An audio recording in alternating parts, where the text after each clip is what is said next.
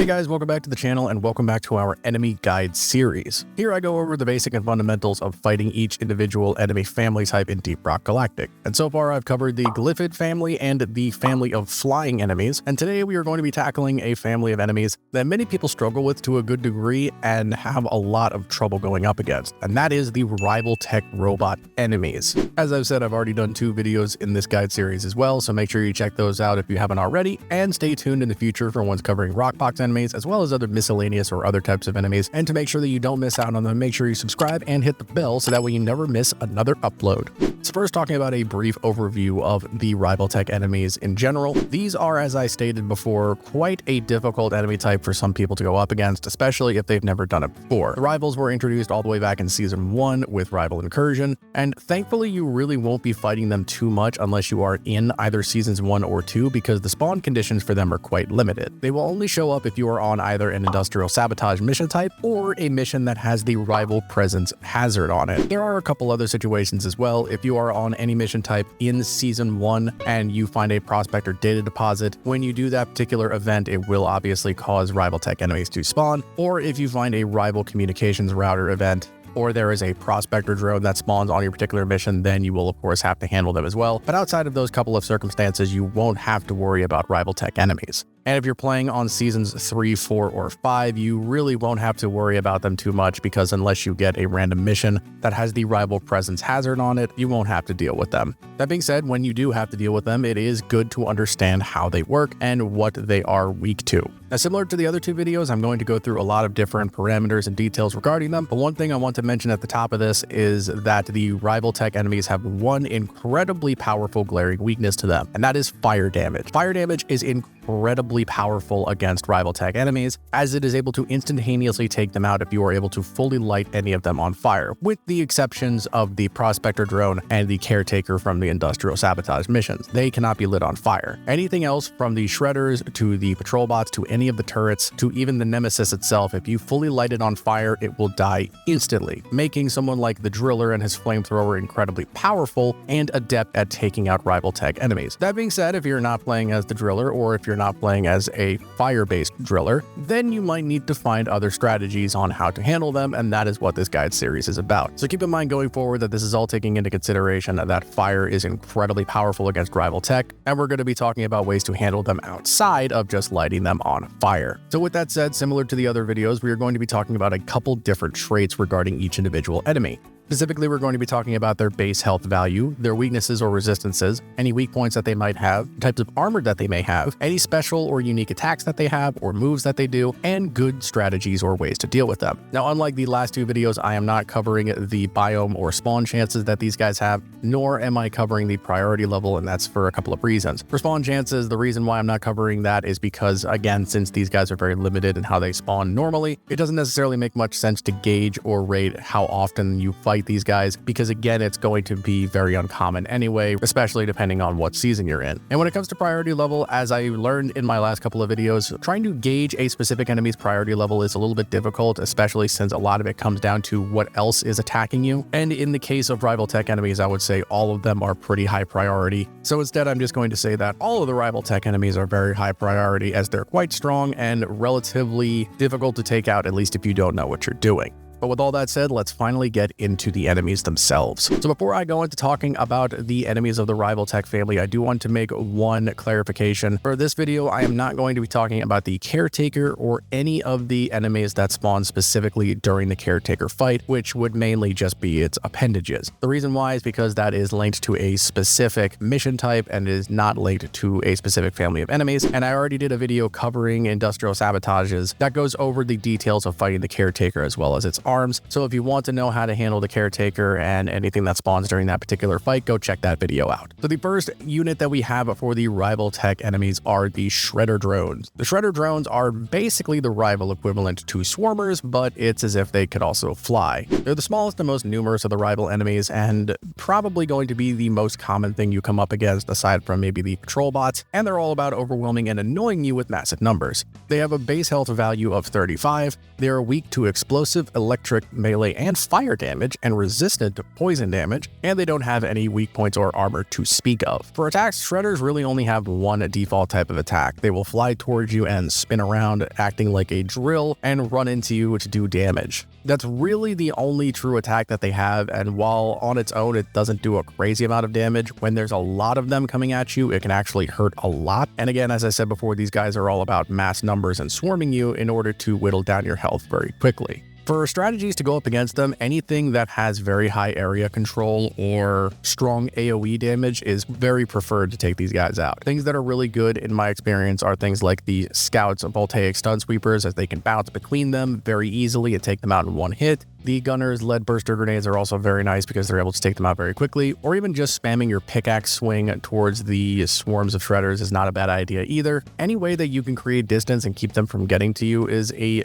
good option. And for the driller, you can also just rev your drills in front of you and they will fly directly into it and die. So all in all, these Shredders are not that much of a threat, and if you have very strong crowd control and are aware that they are present, you can take them out relatively quickly. Next up, we have the Patrol Bot. The Patrol Bot is probably the standard mainline unit that you are going to fight mostly when you are going up against the rival tech aside from the Shredders. If the Shredders are the Swarmers, the Patrol Bots are basically the Glyphid Grunts. They're able to fly around and have a variety of different attacks that they can hit you with depending on the circumstances. For stats, they have a base health value of 900. They are also weak to explosive, electric, melee, and fire damage, and resistant poison damage. Their weak point is their head area, I guess you can call it that, and they have heavy armor on their main body. Now, when talking about attacks, the Patrol Bot actually has 4 main attacks that it can use. First, it has this move where it rolls around on the ground, which it typically uses to make distance or relocate, but it can also use this to run into you and deal damage. It doesn't happen super often, but it can still hurt if it does hit you. Its main form of ranged damage is its plasma laser shot, where it fires a quick burst of shots towards the player. You can actually dodge them relatively well because there is a decent amount of travel time to these shots, but it's when there's multiple bots that are trying to fire at you that it might be more difficult. The focus shot is where the Patrol Bot takes aim using this strange orange laser, and it fires a single high precision shot towards you. As we'll talk about later, it's similar to how the sniper turret works, but basically this is a long range precision shot that will deal heavy damage if you let it connect.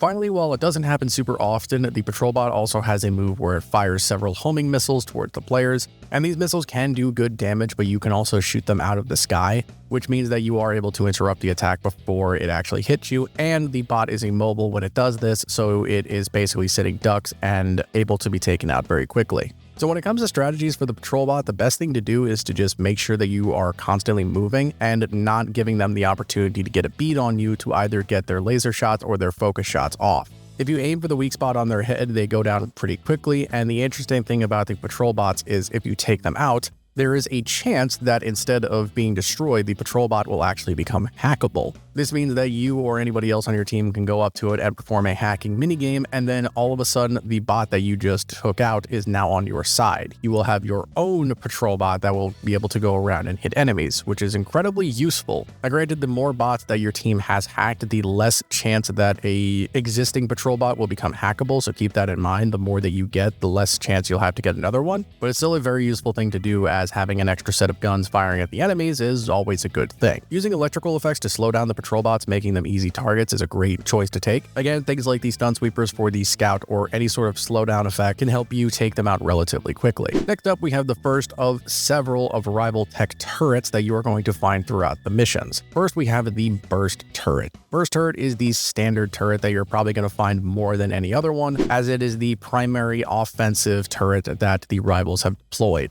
Talking about stats, it has a base health value of 750. It is weak to fire and melee damage. Its weak point is the vent on top of it, and it has no armor to speak of. Thankfully, the Burst Turret only has one real attack, and that is its Plasma Laser Barrage, where it fires a burst of lasers towards the player, very similar to how the Patrol Bots do. And just like the Patrol Bots, the strategy for these guys is to basically just keep moving and try to break line of sight as much as you can. Since they are stationary, they can't hit you if you're behind a wall, and there is a decent amount of time in between each burst that you're able to weave in between the shots, and then get a good line of sight on their weak spot to take them out. Granted, when there are several of these turrets, as well as some of the other turrets that will we'll talk about, weaved into the mix, it might become a little bit more difficult. But thankfully, while the burst turrets are probably the most problematic and damaging of all of the turrets aside from the sniper turret, they are also the easiest to take out because their weak spot is very easily obtainable. Again, just keep moving and stay out of sight and try your best to go in between the shots to get a clear shot on their weak point, and you should be able to take them out pretty easily. Then right behind the burst turrets, we have the rival repulsion turrets. The repulsion turrets follow the motto of the best offense is a strong defense, as they attack you with, well, not actual projectiles, but shields. Talking about stats, they have a base health value of 600. They are weak to, of course, melee and fire damage. Their weak point is their vents on their side, and they don't have any armor to speak of. For attacks, again, similar to the burst turret, they only have one real attack, which is the plasma force fields that they emit. Basically, they will fire out 3 fields around them in a triangle-like pattern, and then they will rotate and fire out 3 more in a semi-random orientation. So they will fire them out in different directions every single time. These force fields will deflect any and all forms of projectile, and nothing can get through them, and these shields will also push and displace the players if they are indeed hit by them. This can be pretty problematic if the turrets are in bad spots, as they can push you off of cliffs, or if you are trying to get to a good position, they might just make it very difficult for you to keep it. Especially when these turrets are weaved in with other turrets like the burst turret, or as we'll talk about later, the sniper turret. They can be very problematic, as they will make it very annoying to take out the other types of turrets in the fields, or just any other types of units that you will come across as well. Now, the best way to handle these things is to get as close as you can and to try to move in between the field generated, so that way you can get a clear shot on the side vents that they have access to. Another good strategy is if you're also able to get above them, because the shields do not move upwards. So if your scout is able to get to a good angle to where they can get a clear shot down onto the fields themselves, they can take out the repulsion turrets very quickly. Again, this might be a little bit more difficult if you're in a very enclosed space, or if the repulsion turrets are just so clustered up that you just don't have a way to get into them, in which case you might just have to brute force your way through and just take a couple of shots to try to get to them. And finally, the last turret we have to talk about is the sniper turret.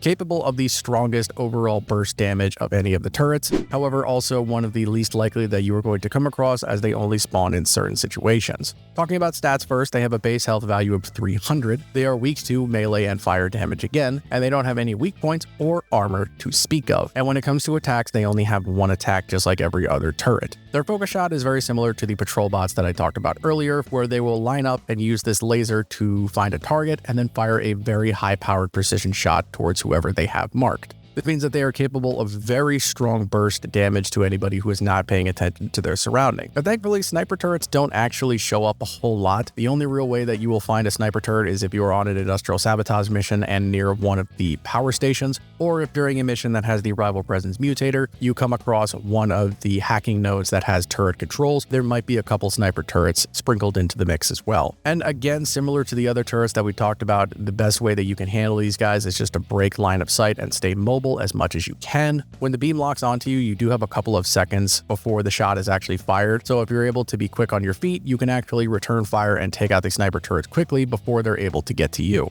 Thankfully, these sniper turrets have the lowest amount of health out of all of the turrets, so taking them out is not too difficult. Although they don't have any weak spots, they also don't have any armor, so taking them out is not too difficult. So now we are on to the second biggest enemy of the rival presence family, with the Prospector drone. Prospector is in an interesting situation because it does not spawn a whole lot. It is a very rare occurrence, and you will only have to fight one of these guys per mission if they do spawn. Talking about stats, they have a base health value of 3,000, and again, they are weak to explosive, electric, melee, and fire damage, and resistant to poison. Their weak spot is their side engines, and they don't have any armor to speak of. Now, when it comes to attacks, the Prospector actually doesn't have any real attacks of its own. It's kind of a little bit of a baby, if I'm being honest with you.